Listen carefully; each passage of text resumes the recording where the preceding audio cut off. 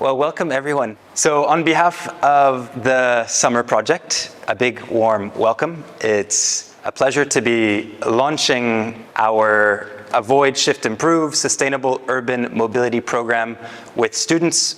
Today, we really just have an introductory lecture to sustainable urban mobility. And through the next hour, I hope to lay some foundations, build your understanding around sustainable urban mobility and some of the key concepts. And then between now and the rest of the year, we want to go into more depth and cover these 4 modules below. And that will be done again by my colleagues and myself. But for now, I would like to start by introducing sustainable urban mobility, as well as avoid, shift, improve, and there will be a lot of acronyms. So SUM, Sustainable Urban Mobility, if you can remember that, that's already great. And then we have ASI, Avoid, Shift, Improve, which I will explain in more depth later on, but it's basically a framework to help guide our thinking on how we can create more sustainable urban mobility systems. And we can apply it in different ways. But to create a sustainable urban mobility system, we should attempt to avoid or reduce the use of private cars, because as you've all experienced, they create a lot of congestion in cities. And instead, we should shift to alternatives. And a more sustainable alternative to the private car is mass transit, so public transport systems. It could be a bus-based transport system, for example. And when we shift, we can also think about the next step, which is to improve that system. So buses are very good because they're space and energy efficient if they carry a lot of people, but they can be even better if they're electric. So we also need to look at how we can improve our vehicle fleets. And we'll revisit this beyond just frameworks for thinking on how to create sustainable mobility. We also need instruments to help guide the process of creating more sustainable urban mobility systems. And for that, we have Sustainable Urban Mobility Plans, SUMP. So maybe it's the first time you hear this, but now that you've heard it, once you enter the industry, you will hear lots of people talking about SUMPs, and this is what it looks like schematically. It's an approach to planning that is more participatory. It involves more people, more stakeholders, and we'll go into the different phases. So it's really made up of 4 different phases and 12 different steps. I'll explain that in about 40 minutes time. And we, as the summer project, we contributed or we drafted the guidelines on sustainable urban mobility planning for ASEAN. So our publications you can find online, which explain it in much more depth. We have the objective to implement concepts and strategies for sustainable mobility in metropolitan regions in ASEAN. We are based in Cambodia, at least the international team and Sotea, our national expert, but we develop activities related to sustainable urban mobility, which I will present today. And we do this in a number of ways and in a number of countries.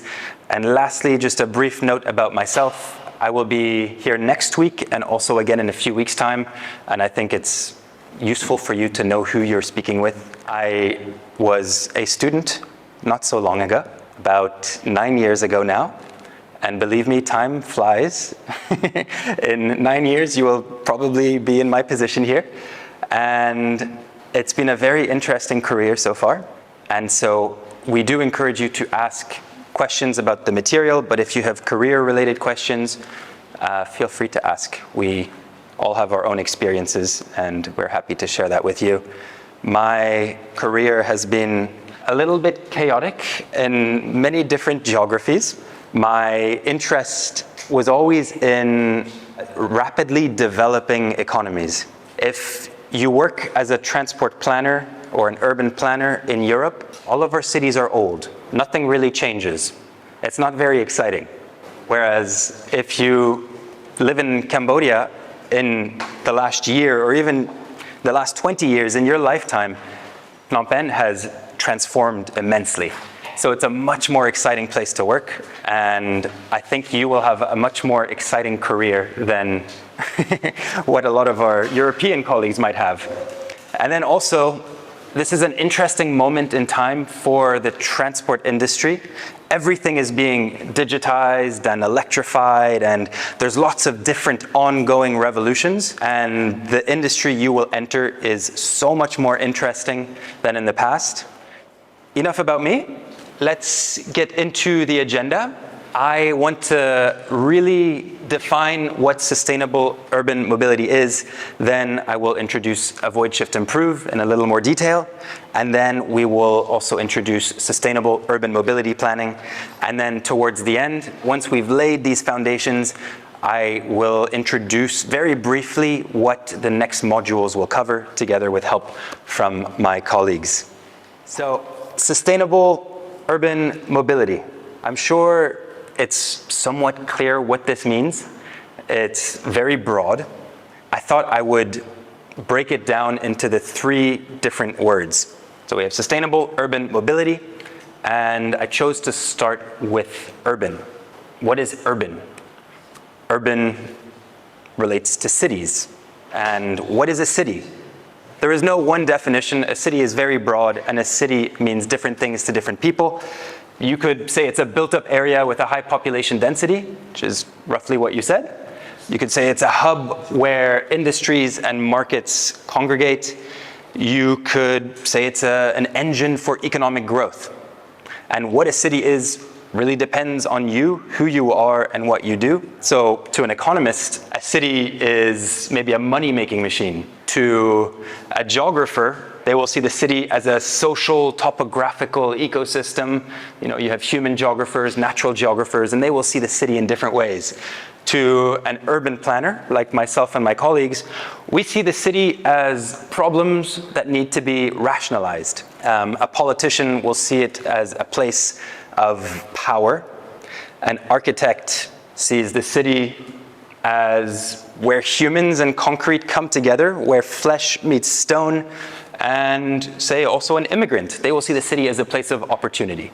So cities are many different things to different people. And cities are dynamic. And I think you've experienced the dynamism of Cambodian cities in your lifetime. But a city has a metabolism, like your body. You put in resources, so raw materials and energy, to get out certain outputs, which can be ideas, products, and waste. We generate a lot of waste. With that, we can create growth. So cities, they grow. Cities can grow physically, upwards and outwards. Economically, a city also grows. As the city becomes more productive, the economy grows. And also demographically. In Cambodia, there's a lot of migration from the provinces to the city, and a lot of babies are also being made. So the population of Cambodian cities is growing. And I think we can see that quite nicely with this visual. In your lifetime, the population has increased by 1 million people, which is not a small number. And the land area has also expanded 3-4 times. So it's very significant. And so yes, cities are dynamic, they grow.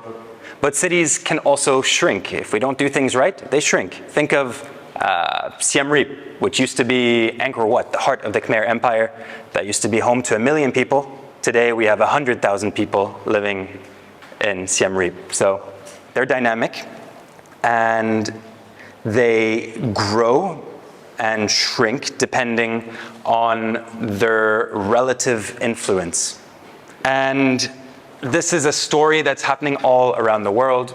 We are an urbanizing species, and by 2050, 75% of us will live in cities. And so it's important that we create livable cities. Cities will be our homes. And the way we have been planning and designing and engineering our cities is not perfect. And we have many challenges and opportunities that we need to face. And basically, our job is, if you really sum it up, is to absorb the growth in the most sustainable way possible. Absorbing the growth is not easy, and we haven't been doing a good job, By 2050, yes, most of us will live in cities, but 2 billion, 1 in 5 people will live in slums. And that's really a failure of public policy to absorb the growth. So your job will be to absorb the growth, and it's particularly necessary in Southeast Asia, where we are sitting. If we look at, it's a similar map, but focusing on cities, you can see there's been tremendous population growth in this circle right here. I hope through this lecture series we will be delivering, you will have some good ideas on how you can best absorb this growth. Next up, we have mobility. So that's the next word. What is mobility? Movement, yes. So it's related to transport. Transport is the act of moving something or someone. Mobility is the ability of a person to be moved. We focus on sustainable urban mobility, really around the ability of someone to move. And our ability to move really depends on the transport systems and services that are available to us. Transport systems are interconnected infrastructures that help us overcome geography. So think of a bridge over the Mekong that helps us overcome geography, or a road through a province that helps us overcome probably quite a harsh terrain. And these transport systems, they enable the movement of people and goods, and they make it possible for trade.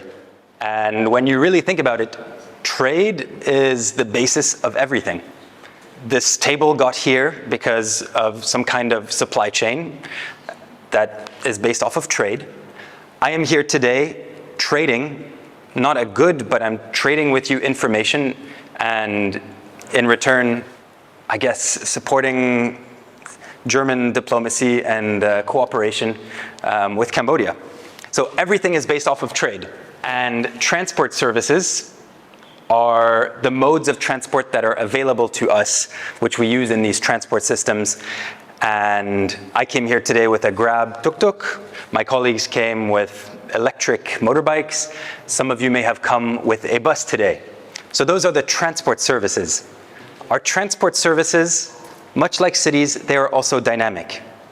They evolve with technological advancements. The transport services you see today will look very different in 10 years. And basically, a city creates its transport system, but the transport system also creates the city. There's a relationship there, a feedback, and that results in development. I think today an important takeaway is just how connected urban planning and transport planning is. And it's something, unfortunately, in our industry, around the world, transport planners and urban planners don't talk much. I mean, we have NPWT, it's a different ministry to the Ministry of Urban Planning, and that creates problems. But what is important to acknowledge is the relationship between transport, trade, and development. And this has gone on for a long time. The modern world that we know today is an outcome of trading.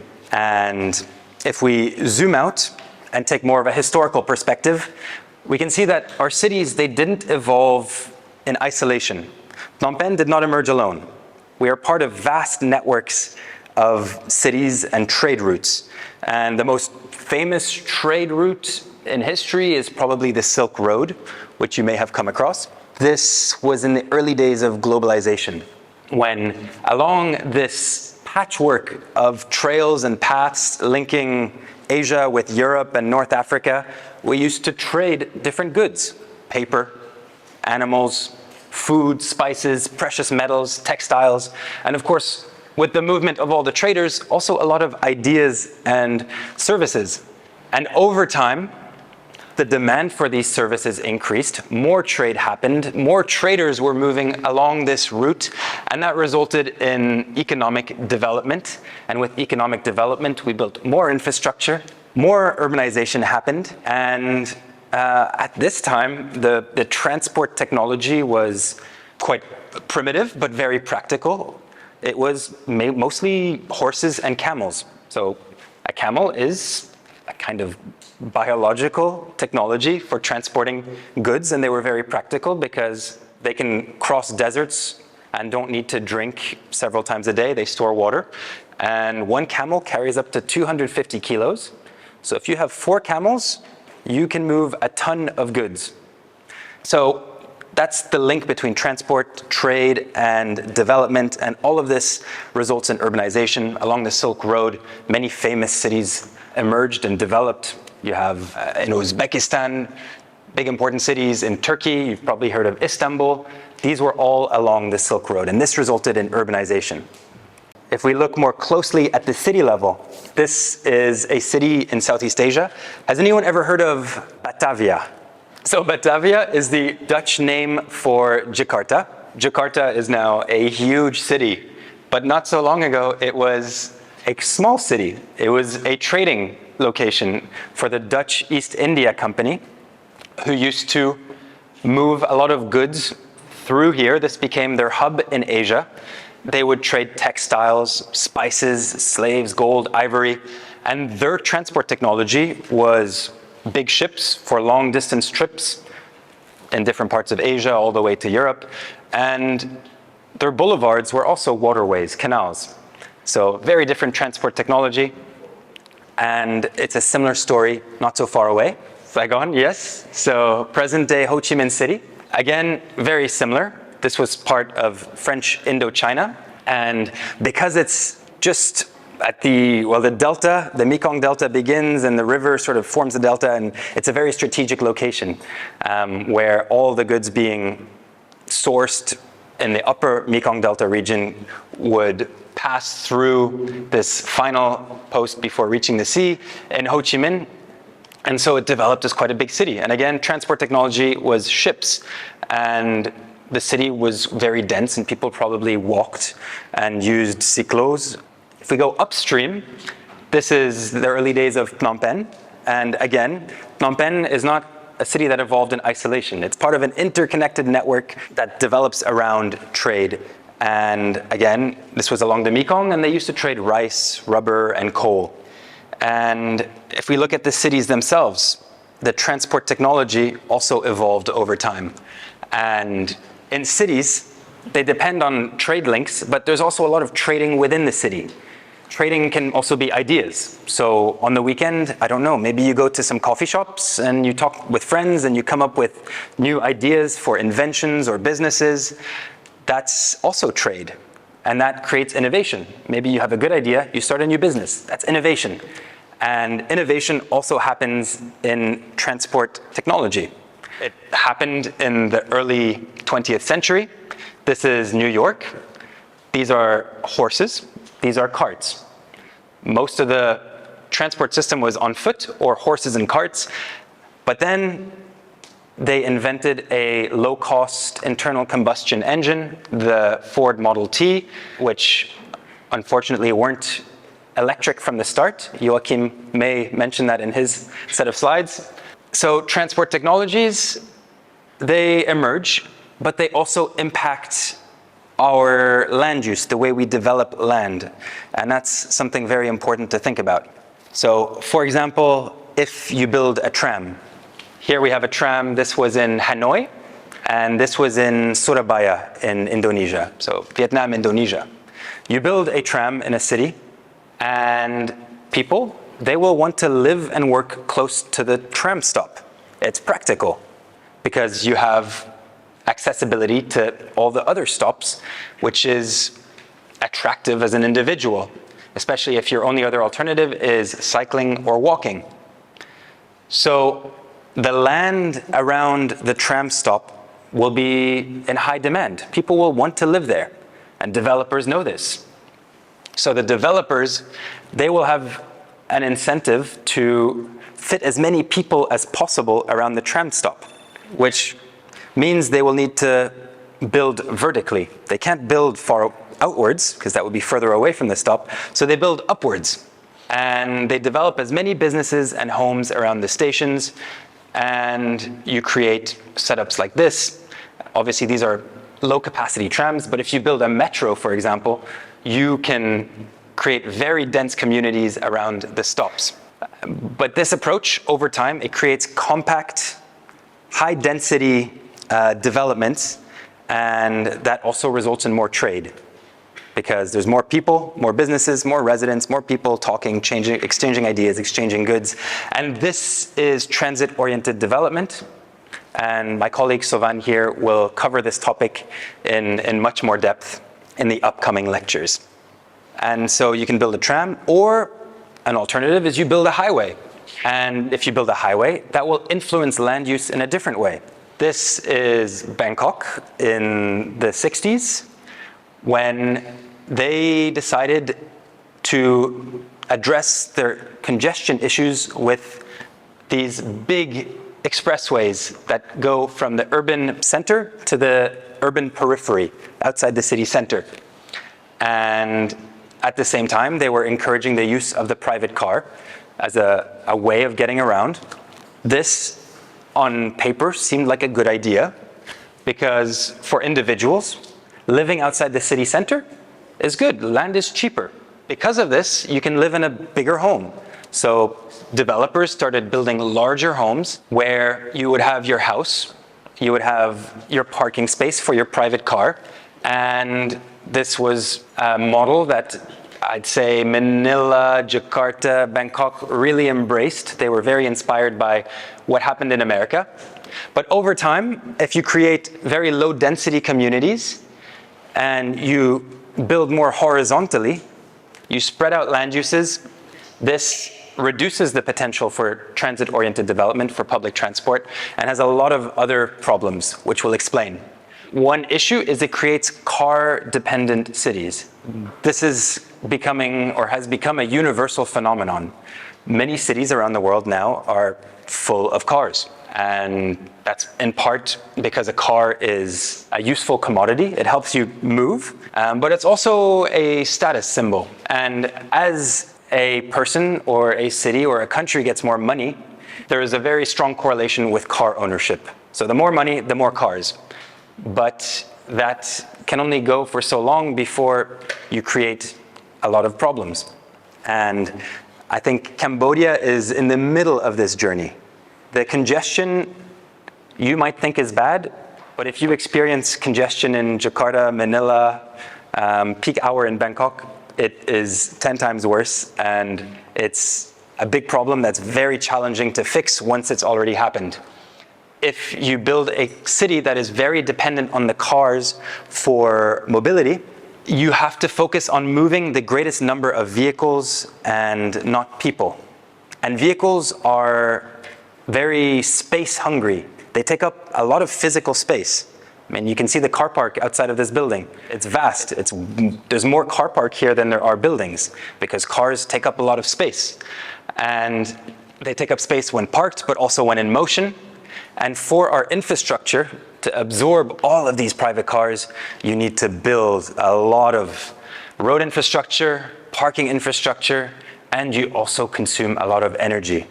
So that can be fuel or electricity. Electric cars will also be very resource intensive. And this is extremely expensive and has diminishing returns because I like the idea of having a car. It can get me from place to place. But if all of us here have a car, then there will be too many cars and we'll not be able to move through the transport system. We will be stuck in the congestion we create.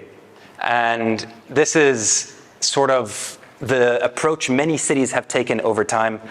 And we call this predict and provide. It's the vicious cycle where, take Monivong Boulevard, for example. We notice that it becomes congested. So what do? What is our solution? Well, maybe if we add an extra lane, we will increase the capacity and more cars can drive through it and vehicles can drive faster and get to their destinations quicker. And yes, we build an extra lane on Monivong. Once it's complete, we improve the flow of traffic, at least in the short term. But then over time, more people will be encouraged to use this road because it's more efficient. And also developers will see that it's a more efficient road, it's more accessible. And so they will build more dense developments, or they will build new communities wherever there is a new roadway. And eventually that road will become saturated, it will congest. And then the solution is what? To add another lane, and so on. So you can build endlessly wide lanes, and this really applies in cities that are growing very fast. and it just doesn't work. So we used an approach where we just keep building more roads, adding more lanes, which contributes to the problem it's trying to solve. So I hope that makes sense. And in economics, this is known as induced demand. There's a nice funny quote to remember this. Adding lanes to deal with traffic congestion is like loosening your belt to cure obesity. If you loosen your belt, you don't get thinner, you just create more space, and you can get fatter, in fact. And the solution to obesity is walking and cycling. And the solution to induced demand is also walking and cycling. So you can remember that one. And I think it's important to bring this up because this is the approach that Phnom Penh appears to be taking. There's a lot of headlines of flyovers being built, new urban road expansion projects. And yes, they will solve congestion in the short term, but in the long term, there will be more cars and there will be more congestion, and it just doesn't work, unfortunately. And you have many neighboring countries and cities. This is Jakarta again. In the last 30 years, they love their cars, and you can see how the city has expanded over time. And now if you live in the urban periphery, getting to the city center takes hours. And this is something I hope you agree is worth avoiding. I fear that Cambodia is doing some very good work to create denser communities, but there's a lot of single-use car-dependent communities being built, which besides contributing to congestion, they also destroy habitats. They have very high infrastructure costs. So if everyone lives in a single-unit house, you need to build more roads, you need more electricity distribution networks, you need more water waste, you need a lot more resource to service these communities. It also creates more social isolation, which some people want, but some people don't want. And in a house here, maybe you park your car in your garage and you can go from your house to your car. You never have to go onto the street in front of your house, so you might not know your neighbors very well, and that's a bit sad if we stop knowing each other. We're all part of communities, and we want to build strong communities. And a lot of times these developments don't do that very well. And then the other issue is if you end up driving a lot, an hour a day, 2 hours a day, that's not good for your health. Especially if your job is also sitting, you will end up sitting most of your waking hours, and that's quite problematic. And that's the direction many cities around the world are going in, also in my country, and it's a shame. Phnom Penh in the 1960s, a lot of walking, cycling, not so many cars, public transport. It was more or less sustainable urban mobility. Then in the 1960s and 80s, I came a bit later in Cambodia, this is Bangkok, the private car became very popular because we were told it would bring us freedom and individualized travel. And over time, we converted our streets, we reconfigured them around the car, ignoring the adverse impacts they have on society. And now, and Cambodia will get here in a few years, but if you look at, again, Manila, Bangkok, Jakarta, they embraced the car, and now they are suffering because of it, and they're trying to fix the problem with public transport. So this is the Trans-Jakarta bus rapid transit system, a segregated bus route in the city of Jakarta. And they're trying to also reclaim the streets, build better walking and cycling infrastructure. And whatever approach you take, you will end up probably having to develop sustainable urban mobility systems. So we might as well do it now in the present. Just to explain this a little further, this is also in Jakarta. They took this approach where they just kept adding lanes to move more and more vehicles, and it just kept congesting. So they introduced the Trans-Jakarta, which is a great form of public transport, but obviously it's not very popular. If you tell everybody, okay, we're taking away one lane from cars to put a bus, people will say no, there will be more congestion, it will cause more problems. And maybe, but if you take the bus, then at least it's not your problem. And that's when we really need to start thinking a bit more broadly, not about how many vehicles we can move, but how many people we move. So in this picture, I took this a few weeks ago, you can see all these cars. Assume there's 2 people in each vehicle. The average is normally 1.6, so less than this. But assuming there's 2 people per car, all the cars you see in this space have 78 passengers. Assuming the bus is full, there's 85 passengers, taking up a very small amount of space, and you could have a bus moving along this corridor every 30 seconds, and you can just move so many more people in mass transit. And that's why we are so passionate about buses and public transport. And if we design our cities around public transport systems like this, we can really create more livable cities. And then another famous quote that you will probably come across is, "A developed country is not a place where the poor have private cars, it's where the rich use public transportation." Lastly, on the mobility section, think of your city also as, well, we talked about metabolism, but also as a system of veins and arteries, and everything needs to move through these veins and arteries. And the transport systems and services that we develop, we should try to do it in the healthiest way possible. If we have a healthy transport system, we can have healthy people, and if we have healthy people, we can have a healthier society, a healthier economy, and just a healthier environment. So it makes sense, and this really starts to touch on sustainability. So the last concept here is that of sustainability. So sustainability, does anyone know or have a definition of sustainability off the top of your head? The way I've explained it, it's the ability to sustain or self-sustain. And the UN definition is the ability to meet the needs of today without compromising the ability of future generations to meet their own needs, which explains it quite nicely because it talks about our future offspring, the children we will one day have. We want them to also have equal access to the resources available to us. Sustainability is focused on creating a common future that we can all enjoy, and has, in most literature, 3 pillars: economic, environmental, and social. I've also added cultural sustainability.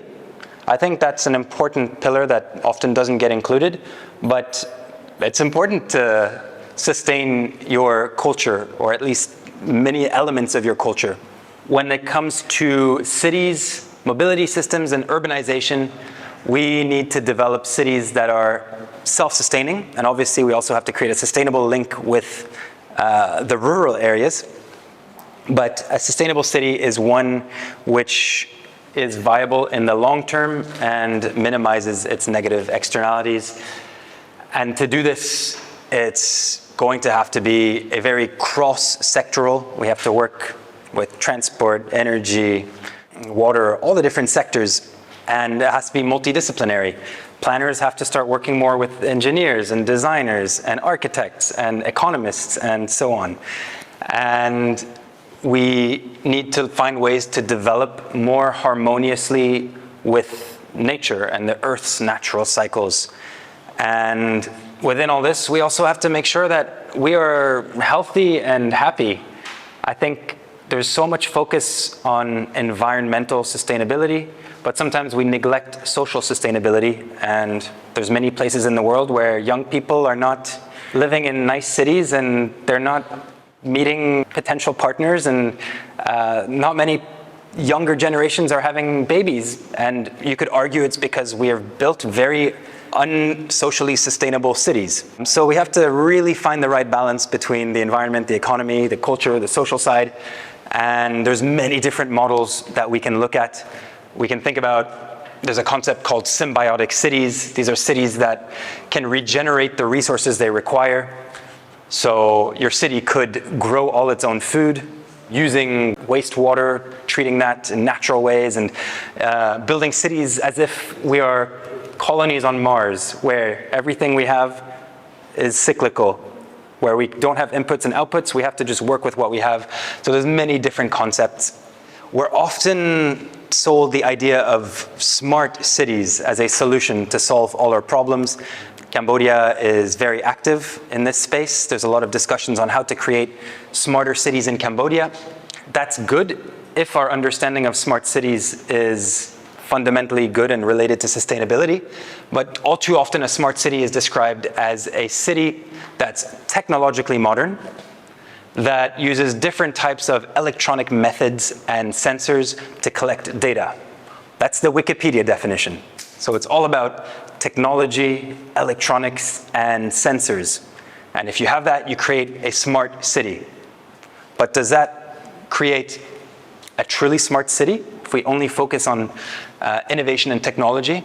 Not so much on smart decision making, and there's a lot of case studies of cities, smart cities, that have been built and it hasn't quite worked out.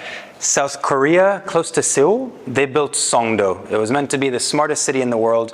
They poured billions of dollars to build this very technologically advanced city that was meant to track and monitor everything you want or everything you do. And they built the city and people don't want to live there. It's not a very livable place, but it's very technologically advanced. Everything there is hyper optimized. But sometimes we shouldn't try to endlessly optimize. Otherwise, we'll end up with congestion. We keep trying to optimize the movement of vehicles, we'll get more vehicles, and it just doesn't work. Sometimes we have to think a bit differently and revolutionize or devolutionize. So revolutionize could be to shift. Devolutionize, sometimes you have to look at the more simple solutions. Go back to walking instead of driving. So don't create a smart city for the sake of being smart, because it hasn't worked in South Korea. And I just want to make sure that when you're faced with discussions related to smart cities, you can think, is it truly smart? Is it a smart city or is it a dumb smart city? Because the smart buzzword is everywhere. I've seen these on sale in Cambodia. We have smart water. Is this smart? Is this a smart product? I mean, it's a buzzword, it's marketing. And it has some electrolytes and balanced pH. So apparently that makes the water smart. But what's even smarter? This is much smarter. It's naturally regenerative, it's locally sourced, it's biodegradable, and I'm sure the content is much better. It's truly smart. So nature has already given us lots of smart solutions. So let's not always look at technology, but also look at what already exists. And then just very lastly on this, it's also important to think about smart and sustainable and what all of that means. And take the Khmer Empire, for example, which your ancestors may have been part of. That was a very complex society. It existed for over 600 years. And it was home to over 1 million people. From what I've read, 1 in 4 humans on Earth used to live in and around Angkor Wat. So there was 1 million people up and around Siem Reap, and this was possible because they could provide food, water, shelter, safety for multiple generations, and they must have been also very good at trading. I think an important question we need to ask ourselves is, do you think modern day Cambodia, from the 50s onwards, even less, 70 years old, do you think we can sustain ourselves for another 400 to 600 years with our current approach to development? We have all the frameworks and mechanisms, more or less, and technology to create a much more sustainable set of systems and services. And the implementation is challenging and slow, and there's so much inertia or momentum of old ways of doing things, and there's a lot of interests who don't want change. So it's very complicated, but I certainly hope that we can keep making improvements and we can create smart cities. We spoke about what sustainable urban mobility is, which is nice and very helpful to understand, but we need to know how we can transition towards sustainable urban mobility.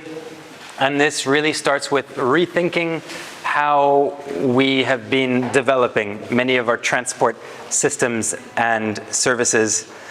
And for that, we have avoid, shift, and improve. I hope you can write it down, but think about it in your daily lives because it applies beyond the transport sector. You should avoid doing the bad practices.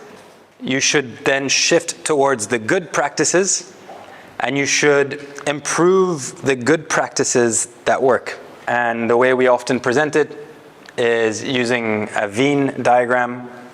We can use this to guide policy and projects towards greater sustainability. It emerged in the 1990s in Germany as an alternative to predict and provide, which we previously shared. ASI emerged as a new approach which focuses on increasing efficiency by modifying consumer behavior. And shift is very important in that respect. And avoid, shift, improve, if we look at it quite broadly, we should look to avoid or reduce travel or the need to travel. The less trips we make, the less impact we have on the transport system.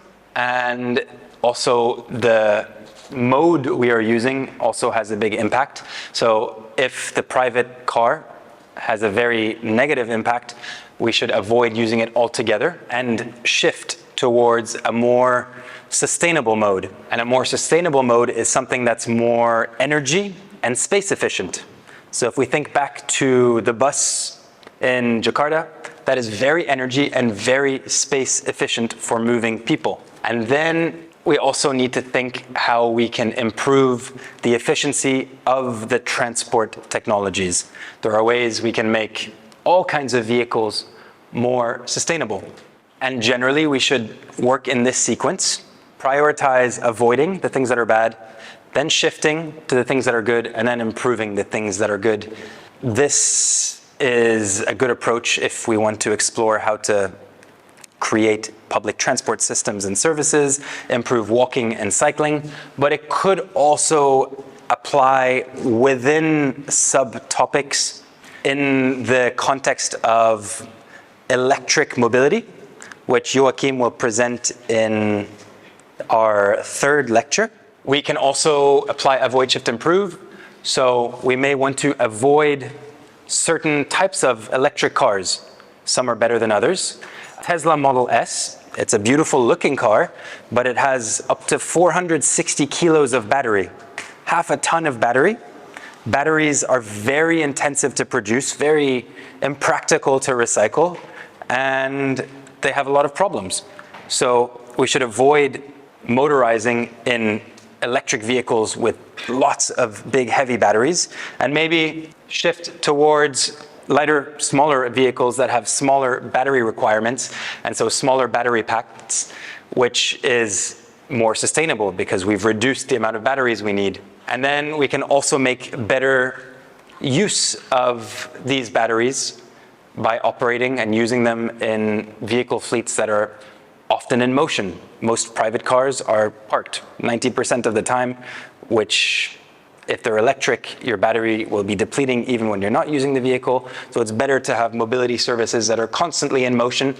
But we should also shift to powering these electric cars with renewable energy. So most of the energy generated in Cambodia comes from coal fire plants. So from the burning of coal converted into electricity. And if that's powering our cars may be electric, but they do have a carbon footprint. So we should also look at how we can shift the energy generation. And then once we have the right constellation or types of electric vehicle systems and services, we should also continuously seek to improve them. So we may want to improve the battery technologies. We need to improve the recycling. And we can also improve the battery management strategies. So that's just one example of how you can apply avoid, shift, and improve. And beyond having a framework like this to think, you also need a framework that can help you plan. You need certain instruments. And for this, we have sustainable urban mobility planning. This is a very well documented concept that provides us with instruments that help us improve accessibility and quality of life, and is done in a collaborative and participatory way. And we saw this at the beginning. It's made up of 4 phases and 12 different steps. I won't go into the individual steps, but I will go into the 8 principles which guide sustainable urban mobility plans.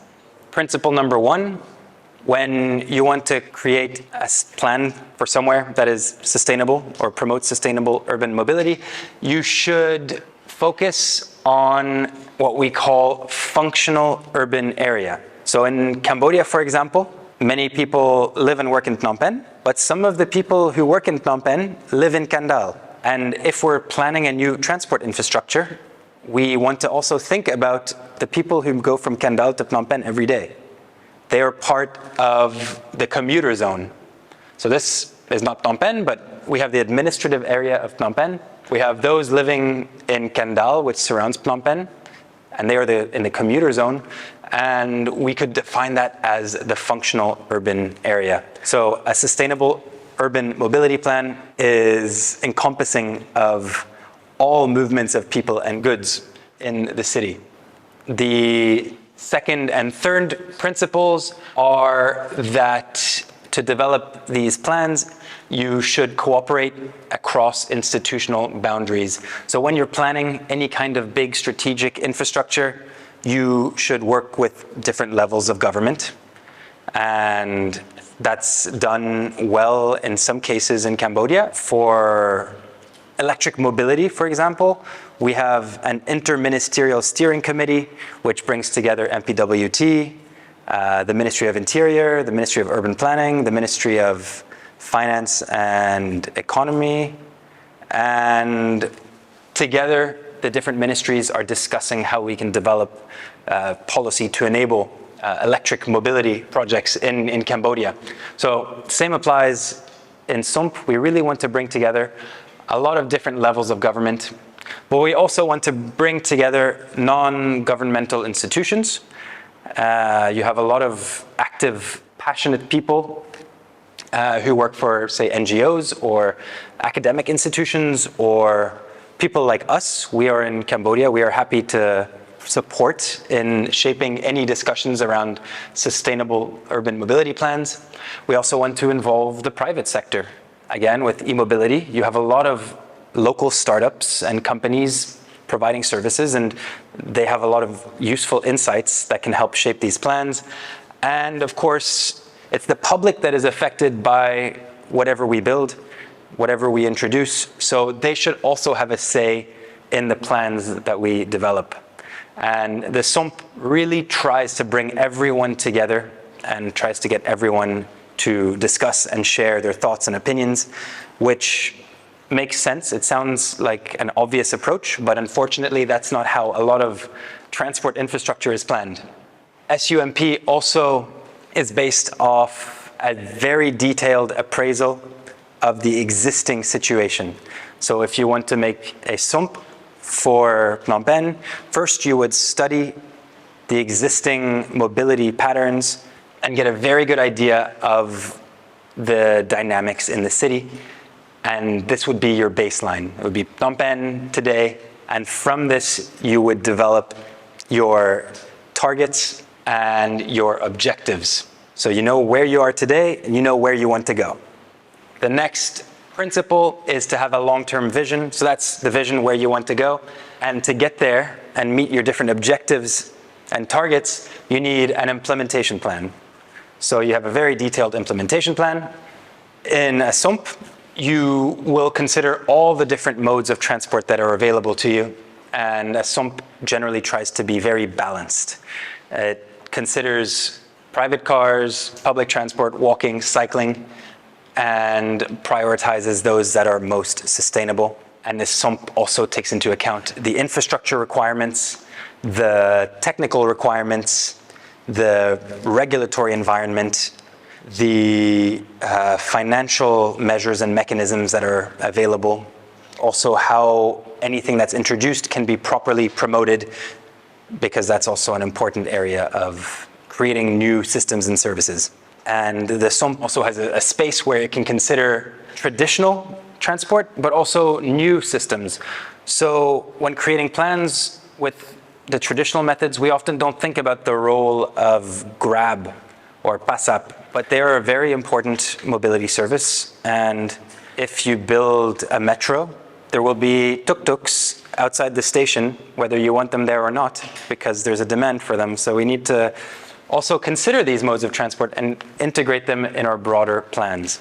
It's great to have a good vision and a good action plan to make it happen, but it's also very important that once we start implementing it, we can monitor it and evaluate it. Because sometimes you start implementing and you realize that the vision you're working towards just isn't working for whatever reason. Every city has a unique DNA. You may introduce a new bus route, but it's not able to compete enough with the convenience of tuk-tuks and motorbikes, so not enough people are using it. So while you're implementing, you want to constantly monitor and evaluate and make changes and adapt as you learn about the potential impact of your project. And you also need to make sure that your SUMP is done to a high quality, and there are ways you can validate it against best practice. SUMP is widely used in many European cities. It's used more and more in the ASEAN region. We would love to see it used in Phnom Penh and other Cambodian cities.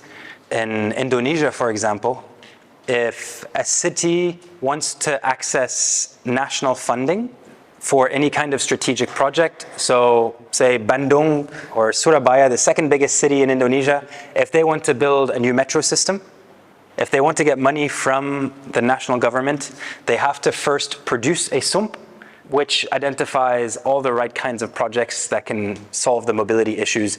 And only once they have their SUMP, they can access some of the money that they need to develop this project.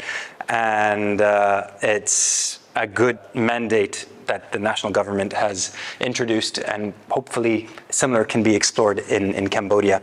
Yeah, SUMP is good. It all sounds very obvious, but unfortunately, we are still very much using traditional ways in many cities in the world, where the focus, again, is on traffic and moving the maximum number of vehicles, where we do this by expanding and building new infrastructure and optimizing our infrastructure. And a lot of our projects, we really think of the short-term benefits or short to medium-term benefits. So all the new flyovers in Phnom Penh, we're not thinking of the impact they will have maybe in 10, 20 years' time. We're thinking 3 years, 5 years.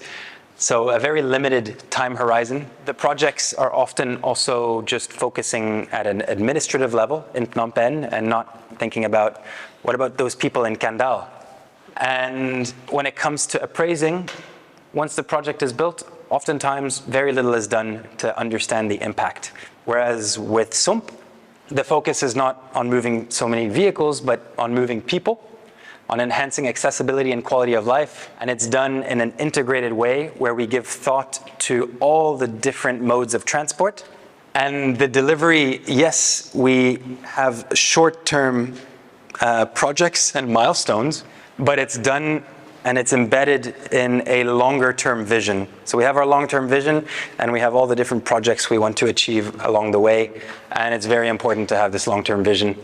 As for scale, it covers the functional urban area, so it includes the commuter zones, and instead of just having planners and engineers taking care of the development of the plan, we have interdisciplinary planning teams, and we involve citizens. Then once we start implementing and once the project is complete, we do appraisals to evaluate the impact of what we've developed so we can make improvements if needs be. And the outcome is more sustainable urban mobility systems and services. So here we have a bus corridor, we have good walking infrastructure, we have space for private cars, we have shared mobility, we have nice public walkways with benches, and this is the likelihood of achieving something like this is much higher if you have a SUMP than if you use traditional methods. So that is sustainable urban mobility planning. This brings me to my conclusion. I don't really have a conclusion. I don't know if we're allowed to assign you homework. We didn't discuss this with your, your professors, but I'd like to just leave some of the quotes that were brought up. If you want to write them down, I said these 3 things in the lecture. So adding lanes to deal with traffic congestion is like loosening your belt to cure obesity. So write that down, think about it before going to bed or whatever you want. We have a definition of sustainable development, and then a developed country is not a place where the poor have private cars, it's where the rich use public transportation. I think these capture very nicely different elements of sustainable urban mobility. So with that, this introductory lecture comes to a close. Thanks for watching. SUMMER is an ASEAN-German cooperation project implemented by GFA Consulting Group and partners on behalf of GIZ. For more information on the SUMMER project, do consider checking out www.summer.asia. We look forward to seeing you there.